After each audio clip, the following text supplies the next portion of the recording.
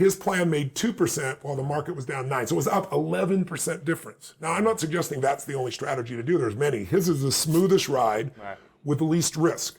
But what it did was combination of that, and then right after that, I interviewed Fed Chair Alan Greenspan.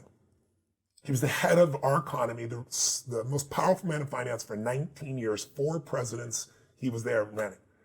I was just with President Clinton this last week. He was the Fed chair for him.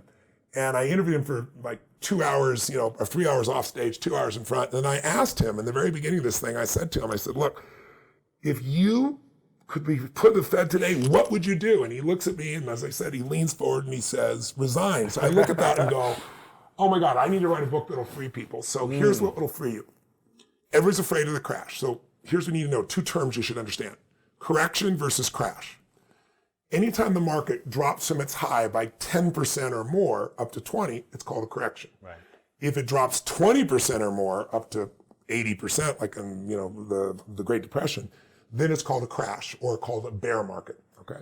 So how often does a correction happen? How often do we have to be prepared for it?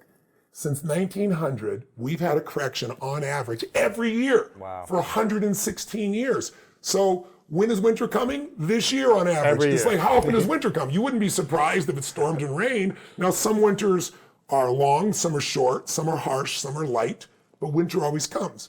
So I wasn't panicked when this happened last year. I'm not panicked whenever it happens because I know it's supposed to be. Yeah. How long does it last? Average, 56 days. Okay, so just under 2 months.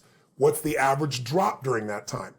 14% over the last 30 years, 13.5 over the last 100 years. So I use the more recent one.